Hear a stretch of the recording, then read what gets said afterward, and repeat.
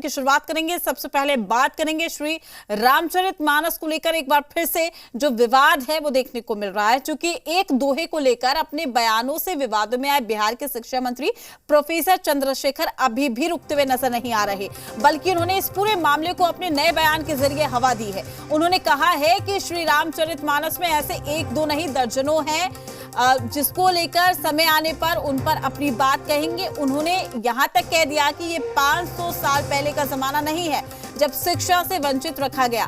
अब बाबा साहेब अंबेडकर का देश है, अब सभी ने शिक्षा हासिल कर ली है। यानी कि उनका कहना है कि एक नहीं कई ऐसे श्लोक हैं जिन पर मैं बात करूंगा। मैं मूलतः एक बात कहता हूं कि 500 वर्ष पहले का जमाना नहीं है जब आपने सबका, महिलाओं का, संपूर्ण नारी शक्ति का, वंचितों को पर शिक्षा से वंचित रखा। अब संविधान का देश है, बाबा साहब अम्बेडकर का देश है, इसमें सब लोग पढ़ लिख लिया है। हम भी शूद्र हैं मगर ज्ञान है, शिक्षा अर्जित किए हैं। कोई शिक्षा ना बांटे, सीख मत देवे। जहां गाली दी गई है वो अपमानजनक गाली है। अभी तो एक दो कहा हूं ना, दर्जनों बाकी है, समय आएगा कहूंगा।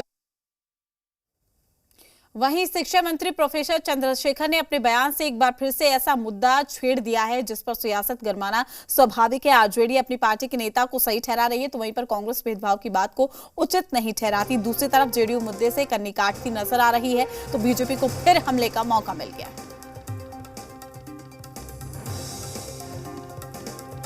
संविधान प्रदत्त जो शक्तियां सबको जो मिला हुआ है, तो स्वाभाविक है कि आप इसको निम्नता और श्रेष्ठता में नहीं बांट सकते हैं। सब समान है,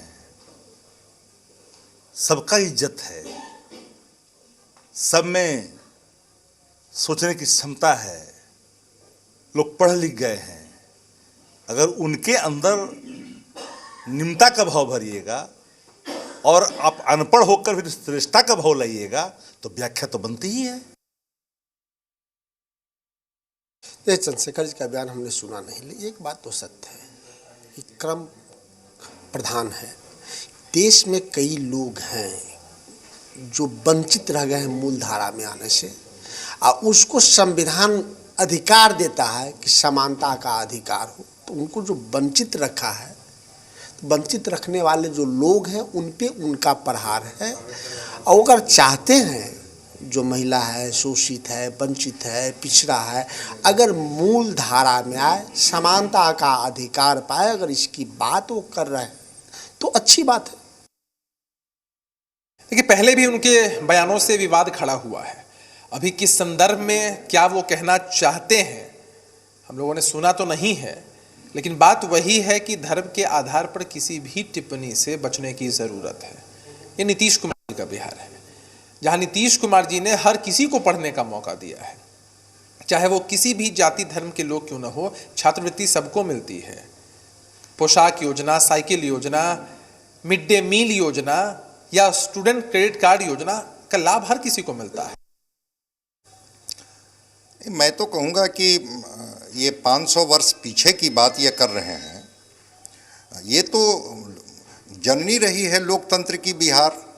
ये इसी वैशाली में पहली किरण फूटी थी गणतंत्र की। कभी धार्मिक आधार पर यहाँ पर सत्ता का संचालन नहीं हुआ। हाँ, सामाजिक भेदभाव रहा, इस सत्य को कौन स्वीकार नहीं करता है, हर कोई स्वीकार। तमाम जानकारी के साथ हमारे सहयोगी पटना से रजनीश हमारे साथ जुड़ चुके हैं। रजनीश, जिस तरीके से एक के बाद एक बिहार के शिक्षा मंत्री का बयान सामने आ रहा है, इसको लेकर विवाद हो रहा है, ये कहें कि राजनीति से धर्म को चलाने की कोशिश हो रही है या फिर धर्म से राजनीति का रास्ता साफ हो जाएगा?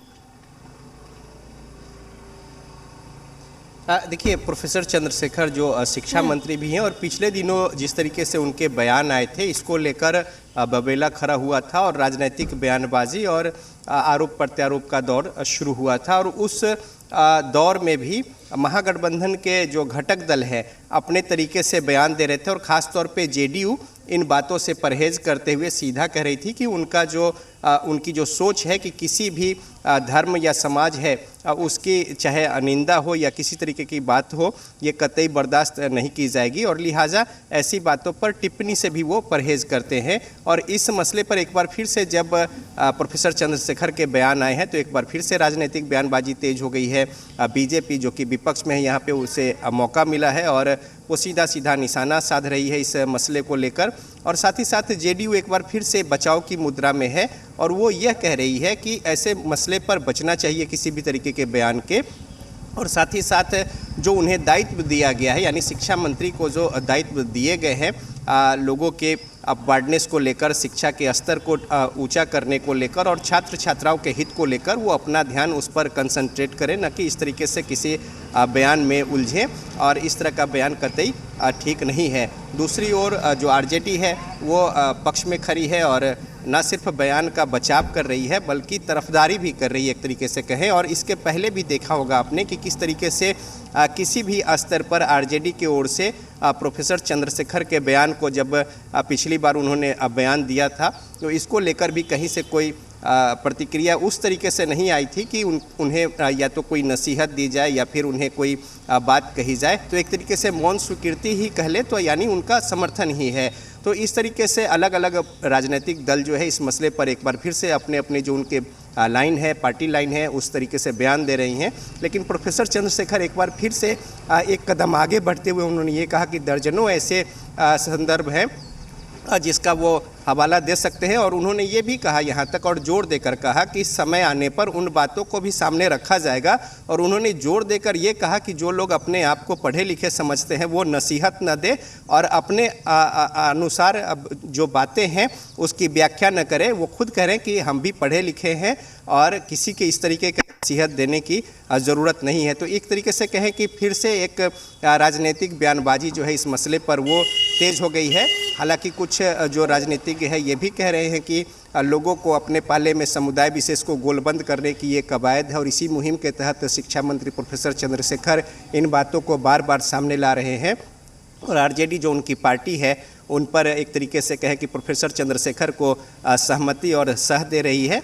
तो इस तरीके से एक बार फिर इस मसले पर राजनीतिक बिल्कुल रजनीश, और यही वजह कि मेरा सवाल भी यही था कि धर्म के नाम पर अब राजनीति की जा रही है। क्या किसी ग्रंथ पे इस तरीके से विवादित बयान देना कितना सही है? करोड़ों लोगों की आस्था जुड़ी होती है लेकिन कहीं ना कहीं धर्म को बेस बनाकर उस पर राजनीति की जा रही है। यही वजह है कि शिक्षा मंत्री खुद कह रहे हैं कि मैं शूद्र भी हूँ, मेरे पास ज्ञान भी है, यानी कि बाकी जो लोग हैं कहीं ना कहीं उन्हें अज्ञानी करार देते हुए नजर आ रहे हैं। और साथ ही ये बात भी कहते हुए नजर आ रहे हैं कि मैं अभी और बताऊंगा, और भी कई दोहे हैं जिनमें सीधे तौर पर हम कह सकते हैं कि यहाँ पर आस्था के साथ भी खिलवाड़ कर रहे हैं उन लोगों की जो ग्रंथ को लेकर आस्था रखते हैं। किसी समुदाय विशेष या किसी धर्म को लेकर इस तरीके का बयान देना राजनीति में कितना सही है? क्या वाकई राजनीतिक रोटियां सेकी जा रही है?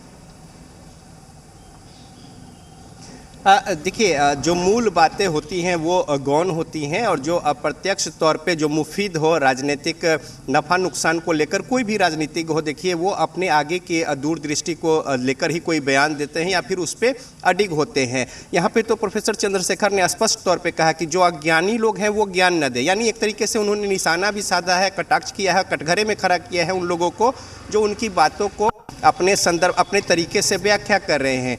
दूसरी ओर अगर जेडीयू की बात कहें, वो स्पष्ट कह रहे हैं कि धर्म के आधार पर राजनीति करना किसी और पार्टियों का काम है, यानी सीधा सीधा जेडीयू जो है महागठबंधन में घटक दल वो बीजेपी पर निशाने साध रही है। और ऐसे मुद्दे मसले पर हालांकि बचने की वो नसीहत जरूर दे रहे हैं लेकिन साथ ही साथ बीजेपी पर वो तंज भी कस रहे हैं इस मसले को लेकर कि ये काम जो है किसी और पार्टी का है। हालांकि नाम नहीं लिया उन्होंने लेकिन इशारा स्पष्ट है। तो ऐसे में देखिए जो लोग हैं आमजन, उनकी जो भावना जुड़ी हुई है और कोई भी समुदाय हो चाहे फिर धर्म के लोग हों, अपनी उनकी जो कुछ भी आस्था है, मुख्यमंत्री नीतीश कुमार भी ये कहते रहे कि किसी की आस्था पर भी किसी तरीके का किसी तरह की बातों को कहना कतई उचित नहीं है और ऐसी बातों से परहेज होनी चाहिए। लेकिन जो महागठबंधन में सरकार में शामिल घटक दल आरजेडी जो है एक बड़ी पार्टी है और उनकी ओर से और ख़ासतौर पे सरकार में शामिल मंत्री यानी सरकार की ओर से जो बयान आ रहे हैं इसको लेकर राजनीतिक बयानबाजी जो है वो तेज है यहाँ। रजनीश, आपका शुक्रिया तमाम जानकारी देने के लिए। अपडेट हम आपसे लेते रहेंगे।